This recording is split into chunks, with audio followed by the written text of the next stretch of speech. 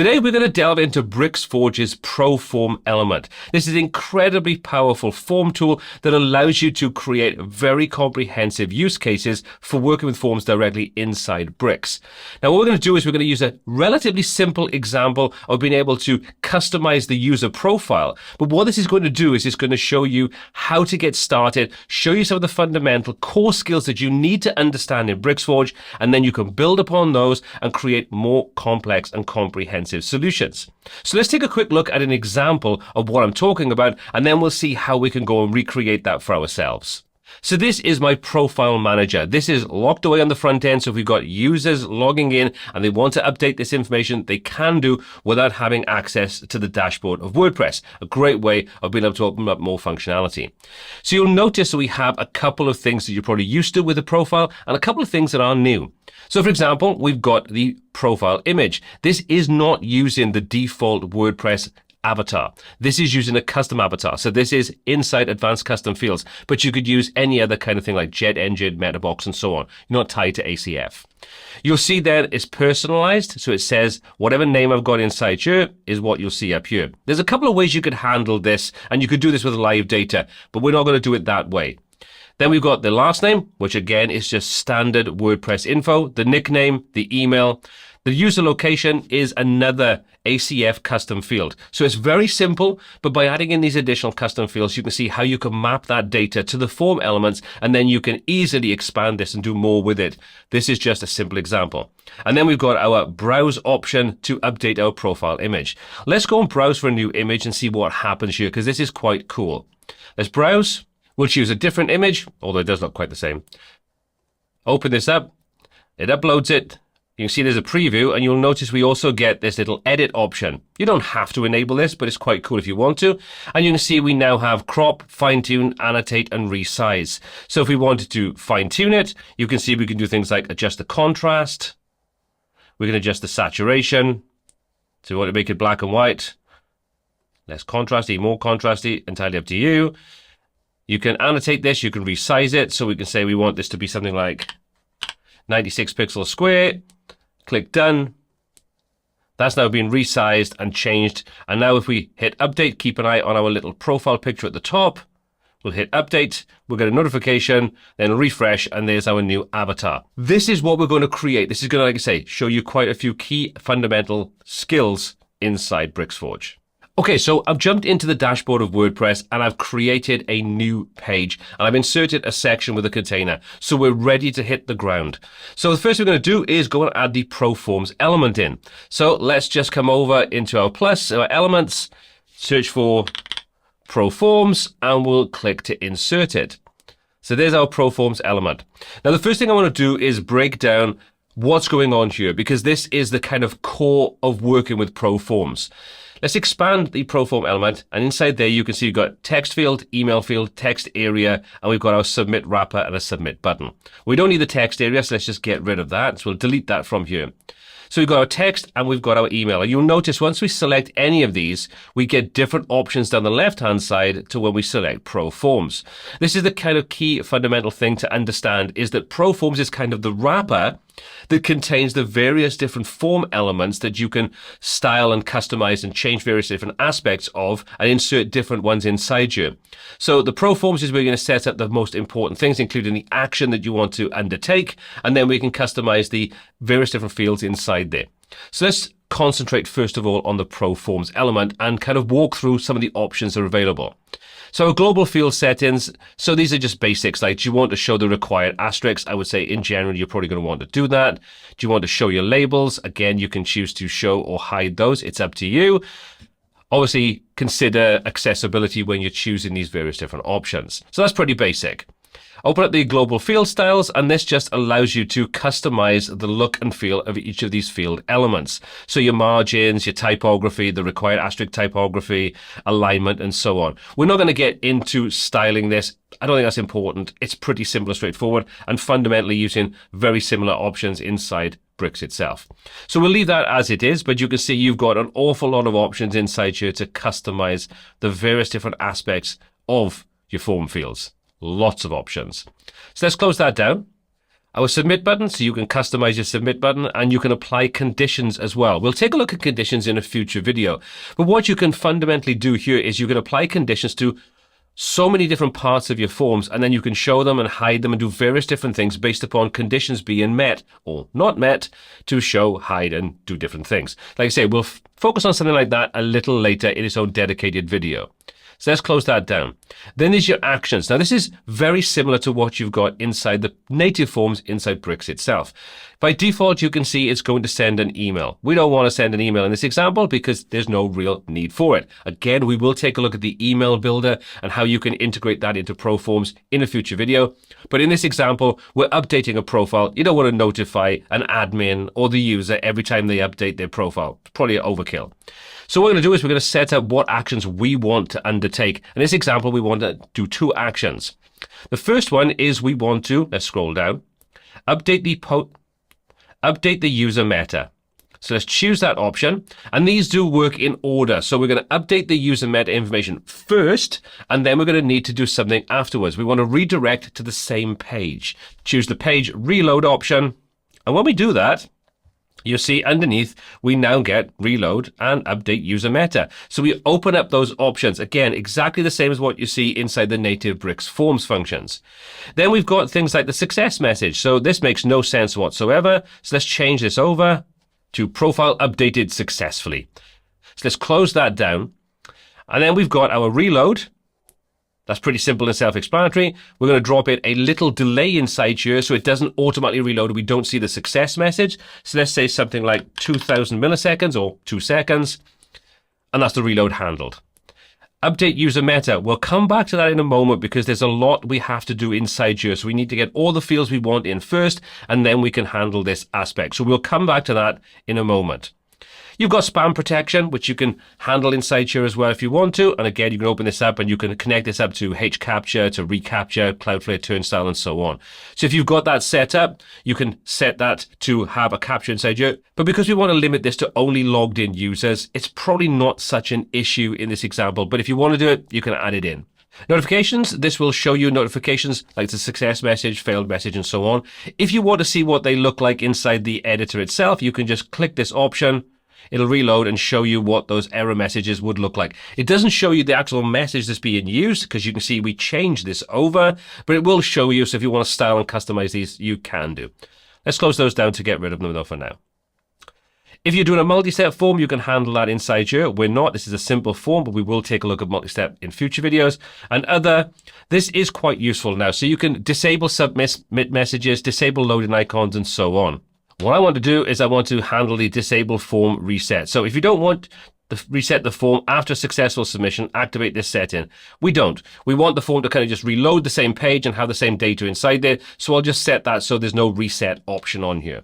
So that's the basics of ProForms setup. Now, obviously, we need to create the right fields, give them the right names, pull in the right data, and those kinds of good things. Before we do, though, let's just hit save on here. And while we're at it, let's select our container and apply the conditions to lock this behind a logged in only user. And let's just click on conditions. We'll add a new condition, open up the conditions option. We'll say user login is logged in. So this will only be shown to logged in users. If they're logged out, we can give them an error message and so on. But we're just adding a little level of security on here, so you have to be logged in to see this form. You could also add more inside here, so user levels and all those kinds of good things. You can get as comprehensive as you want. This is a simple example. Okay, so let's move on now to the various different form elements. Let's close out of our conditions and choose our text field, our first one. So this is pulling in the name. Now, obviously, that's not correct at this point, so let's take a look at what options we have on the left. So under General, this is where we can give custom IDs, labels, and so on. So the basic elements of our form. So what I like to do is I like to change the custom ID and give this something that makes a bit more sense to me. So because we're working with users, we're going to do USR underscore first name. So we're going to precede everything with a USR underscore. So we know this is to do with the user. And you want to make sure that these are unique because, well, they're going to be referenced inside this form. We don't want to have duplicates that are going to cause problems. We're not going to worry about a pattern because we're not dealing with anything like any kind of regular expressions like phone numbers and things like that. So we can leave that. Then we're going to change the label from name to first name. Your value Obviously, we want to pull in some dynamic data here. So what we can do is we can use the dynamic data option, expand this out. Now, I am using advanced thema, so yours is going to look a little different here if you're not using advanced thema, but you'll still have all of the exact same options. It just shows you in a long list as opposed to being a wide list like this. So we want to use the user profile information because that's the currently logged in user's data, my logged in data. So we'll choose that from the list just to kind of make this a little easier. And we're going to look through until we find the first name and choose that option from the list. And you can see that now pulls in, or you maybe not see this because it's not formatted very well. It pulls in Paul, which is the first name associated with my logged in account that's set up inside my profile. So there's our first name. Do you want to show the label and so on, context, width, etc., etc.? Is it required? Up to you if you want to set this required. You can add icons in, disable, make it read only, set placeholder text. There's so much information. You've also got a pretty useful one, which is strip HTML. So if you want to make sure that no one can actually add in HTML to any of these form field elements, you could drop that option in there, and then anyone that tries to insert HTML would have it stripped out completely. Let's just uncheck that in this example because I just want to show you the basics of how to get this up. Okay, so there's the first part and probably the most important for any of our form elements. So let's just collapse this down. Input masking, again, we're not using this, but if you are sort of setting up specific kind of inputs, you can set up masking inside here. We're not worried about conditions. Validation, do you want to apply validation rules? You absolutely can do. Again, we'll get into these more advanced features in a future video. And if you want to adjust the styling, you absolutely can do. So for clarity, let's just change the typography and set this to be using the white so we can actually see the text that's inside there. So there's our first form element. So there's the first part. Let's duplicate that to make our life a little easier. So we'll just duplicate this, select our second one, come back into general and make some changes. So we're going to change the ID to user underscore last name, change this over to last name as well, remove the value from here, choose our dynamic data, and this time pull in last name. And you see that will update accordingly. Now we've got these two form elements and we want to put them side by side. So what we can do here, and one of the cool features about working with ProForms, is we can still use all the normal layout elements inside Bricks itself. So let's just select our ProForms. We're going to come over, add a block in, position that where we want. We'll grab our text, grab our second text, drop that inside there, select our block. And what we're going to do is we're going to come over and we're going to say we want to set this to be horizontal, and you can see that now puts it side by side. So we're going to apply a column gap to give us a bit of space in between. So I'm using Core Framework, so we're just going to select this option, apply a bit of space inside there, and boom, we now have a nice layout. We could drop in our email, give us 3 side by side, and we can easily, again, come back to our block, change this over this time to something like grid, apply some space in between, medium again, put 1 FRs inside there, and now we've got our form being styled how we want. So anything inside that block is going to use that kind of nice grid layout. So we've got our first name, our last name, our email. Let's select our email and let's do the same thing again. So under general, user underscore email. Email is fine. Change our value over, pull our email in. So there's the basics. So the next thing we want to do is pull in some additional dynamic data. So let's repurpose one more field. Let's go back up to our text fields. Let's duplicate this one more time. Select it, come over into general. I'm going to set this one to be USR underscore nickname, change the label, and finally change the value over. So again, now everything has been set up. So those are the basic fields that we have that are default fields that we have inside WordPress itself. So the next thing we need to do is add in our own custom fields that we've got stored inside Advanced Custom Fields. So let's jump into ACF and see what I've got set up, how it's kind of configured, and then we'll map those inside ProForms. Before we do though, let's just hit that save button one more time just to confirm and save those changes. So if we jump into ACF, you can see I've got this user profile field group. If we expand this, I've got user avatar, user location, and one's an image file and the other's text. And we've got this set up to be a user form is equal to all. So this is basically, if we come into our users, open up my profile and scroll on through, you'll see there's my user avatar and there's my user location. So they've been added in and they're available to everybody. So let's kick things off now by adding in the location. That's the easy one of the two. So we're going to come up to the plus, and if we scroll through, you'll see BricksForge Forms gives us an awful lot of different field types. Text areas, numbers, email, date, telephone, and so on. So there's a lot of different options here. Again, we will cover more of these as we go through future tutorials. But for this one, we're simply going to add in a text. There's our text option, and we're going to just change this over now. So we're going to come into General, change our ID, user underscore location, change the label, open up our values, and this time we're not going to find this inside the user profile. We're going to find this inside ACF, but obviously if you're using Jet Engine or Metabox or whatever, you'd have a different section inside here, but you're looking for the same data, which in this example is the ACF user location or the user location field. You can see that's pulled it in for us. You can see it's pulled in the details as well. So everything has been set up correctly there. All we're going to need to do is just apply that little bit of styling to it. Change the typography over to be white. There we go. We can see a little bit better now. So that's the basics. The final one we're going to add in now is the field that's going to contain the file upload. So like we've seen before, let's just select, come over to the plus, search for file. There's our file uploads. We're going to select that from the list. We're going to take this outside of that block so it stands on its own, so it has a bit more space. There we go. And now we're going to select that. And you see this now gives us more options. We still have the general, so we're still going to do the same basic things inside here. So we're still going to give this a custom ID. Going to give this user avatar. Change the label, the value. We're going to set a value inside here, so dynamic data. This is going to be our user avatar. Now, nothing's going to show inside here because this is the file upload section. So that's the general all covered off. Let's close that. Let's jump into our config, set our maximum files to be 1.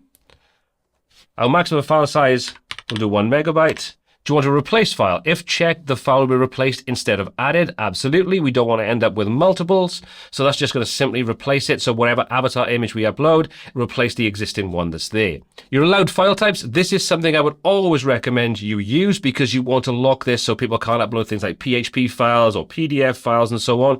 So in this example, we're going to just use this kind of format, image / the file name, separate by a comma, and then we do the next one. So just include any of the formats that you want to support inside there. We're supporting just PNGs, WebP, and JPEGs. Direct upload to server. This would automatically upload it directly to the server as opposed to keeping it in the browser until you hit that submit or update button. We're not going to worry about that. We're going to leave the preview. If you want to use a custom upload path, you can do so. You can store this outside of the normal WordPress location for your file uploads if you wanted to for security purposes. It's up to you. We're not worried about that in this example. We're going to leave it as it is. And you want to skip adding this to the media library so it will be uploaded but not included in the media library. So again, you can use that if you want to. And you can also change the file name and use a cryptic file name. So for example, if we enable that feature, we can say rename it using 12 random characters so it doesn't have a file name that is kind of uploaded with, if that makes sense. It'll rename it. So up to you if you want to use something like that. The image editor, this is what I showed you where you can resize, you can change various different aspects. So if you want to enable that, you can choose this option and then you have a bunch of different settings that you can enable or disable. So image editor, cropping, fine tuning, annotate. So let's disable the annotate, for example. Allow resize, that does make sense. So it's up to you if you want to enable or disable any of these features. I'm going to leave these ones available. Close that down. You see that opens up more options now for each of the different features that we've enabled. So crop, for example, you can choose what aspect ratio. Let's say 1:1 because we want it to be square. Set a shape if you want to, default or circle. Again, entirely up to you if you want to change these. Things like image quality and so on. So I'm going to set this to be 0.75. You can set target width and height, various different options in there. So configure that as you see fit. I'm going to leave that as it is. And again, we've got conditions down the bottom should we want to use those. So once again, let's save this. If we take a look, we've got a submit wrapper and submit button. The submit wrapper is just basically like a block. The submit button is where you can configure your button itself. So you can see we can change the label. So we'll just change this to update profile. Makes a bit more sense. So if you're using something like a framework or you're using the sort of theme styles, you can set that inside here, or you can just customize the style directly inside this section. Up to you. We'll leave that as it is. So we have all of our kind of key required fields inside here. What I also like to do is insert a hidden field that includes my user ID.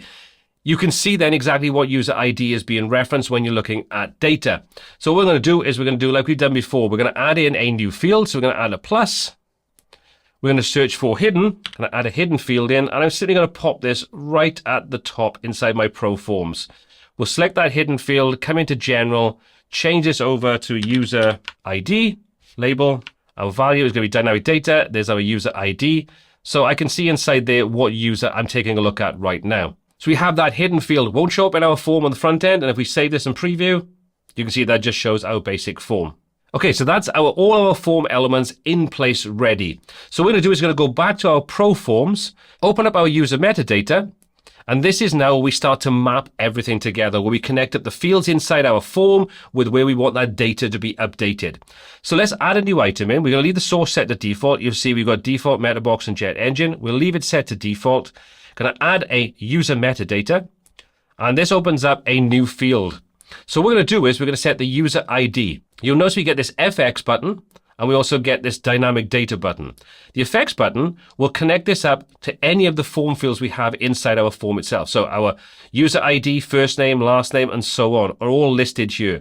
So we can see exactly what we want. So we can pull info from here if we want to. We can also reference dynamic data in the normal way. So our user ID, for example, we can pull in from here. You could, if you wanted to, also pull it in from this hidden field. It's up to you. Your meta key is the key we want to update. In this example, this is our first name. So what we're going to do is we're going to put in first_name, which is the default meta key for the first name inside WordPress. I'll show you then how we can reference the same information from ACF or whatever dynamic tool you're using. Then your meta value, where you're going to grab this from. Obviously, we want to grab this from our form field because that's what we're using to update the info. So if we use the dynamic data, that's going to use the data that's already stored. It's not going to have any effect. So let's close that down. So what we're going to do is we're going to click on this little FX, choose that option and choose first name.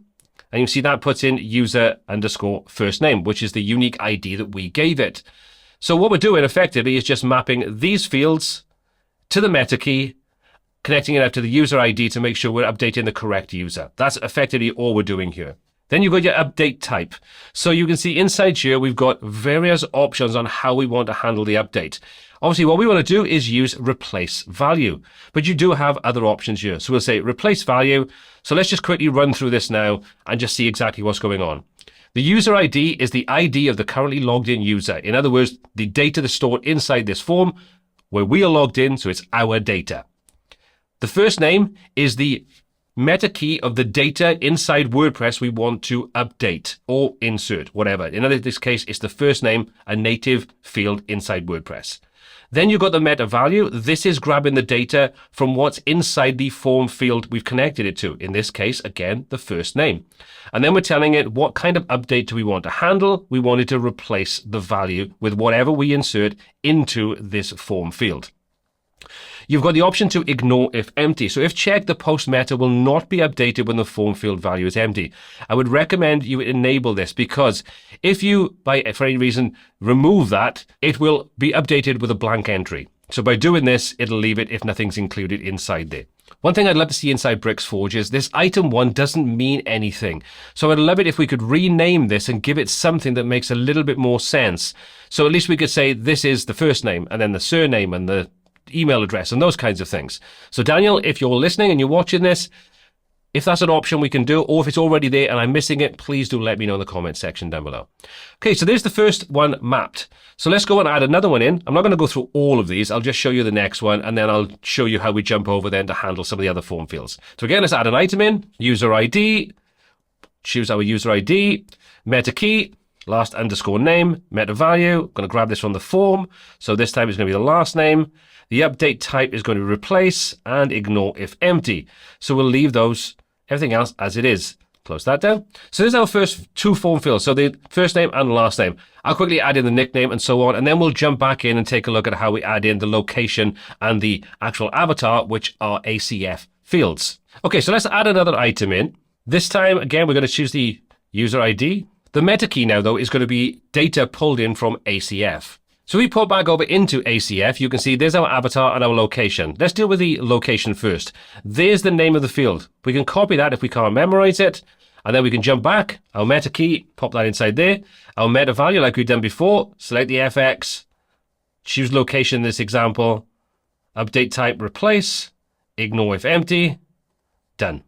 So now we're going to handle the actual file field. So let's do the same thing again. Let's add a new item in, choose our user, the meta key. So again, if we come over into ACF, there's our user avatar. So again, we can just select it, jump back over, pop in our meta key, our meta value. Again, let's choose the form fields. Let's choose our avatar, close that. Default type is going to replace value and say ignore if empty. So if we don't upload a file because we're updating something else, if we don't choose this ignore if empty, it will remove the avatar we've already added in, and then we'll have no avatar available. So that's all the field mappings handled. So we can close that down. And again, like we seen before, let's just save this. And now we have everything saved. Let's test this out. So there's our form. Everything is in place. Let's just change this over. Let's change this, something like that. We'll change the location. We won't upload an avatar, and we'll say update profile. Update successful. Reloads, go back to the page. So you can see now that our data has successfully been changed. If we look at our profile, you can see my last name is C, and you can see that our avatar is in place and our user location is London. So all those things are working. There's one final thing I want to do. I want to make sure that our avatar shows up inside our design so we can at least see it, because if you don't upload something, you have no idea what's going on. So let's just jump back into our form. And all we're going to do is just insert a dynamic image. Let's select our container and insert our image. Pop that where we want it, outside of ProForms. Let's close our ProForms down to make life easier. Select our image, come over to our dynamic data, and from there we're going to make sure we've got ACF, choose our user avatar. See, that pulls in our avatar. We'll set this to be full size or thumbnail, whatever you kind of want to do, whatever works for you. You can see there's our thumbnail. What we're going to do is we're going to make sure we've got it selected. We're going to come over into our conditions. And from there, we're going to apply a condition. Set this and say, search for dynamic. There's our dynamic data. Choose the dynamic data we want to reference, which again is our user avatar, is not empty. So if it is empty, it'll close it down and hide it completely. If it's not empty, it'll be fine. And if you want to apply some any kind of sort of styling and everything, this you absolutely can do. So like say, we'll set the aspect ratio to 1:1. We'll set this to be contain, for example. And it's up to you then if you want to set sizes and things like that. It's not really a problem because I've resized it, but you can do. We'll hit save on there. We'll retest our format. You can see that now shows us our little user avatar. Let's change that to something else. We'll use something completely different. We'll also change this to somewhere else. Put my full name in again, and also change the nickname. So update our profile. There's our success message. Reloads and shows us our image. Obviously, it's too big because we didn't set the size on it, but you can see how all of that is working exactly the way we wanted it to. So while that's been a relatively simple example, it has shown you some of the foundational things that you need to understand when working with ProForms about setting the correct information up, connecting everything up so it knows exactly what to update, how to handle those updates, whether replaces, increments, and so on, and various other things inside ProForms and BricksForge. I will be delving into more topics on BricksForge over the coming weeks and months, and we expand upon this kind of information over those coming video tutorials. But at the moment, at the time of releasing this video, there's a special offer on BricksForge to help them celebrate the release of the node editor, which is to do with the animation aspect. And as you can see, you can save yourself a decent wad of cash on the ultimate and the lifetime offers. So if you want to grab those, there's a link in the description to grab them. Hopefully you found this useful. Let me know in the comment section if there's specific things you'd like me to cover inside BricksForge, and if enough people are interested, I'll cover those topics. As always, my name is Paul C. This is WPTuts, and until next time, take care.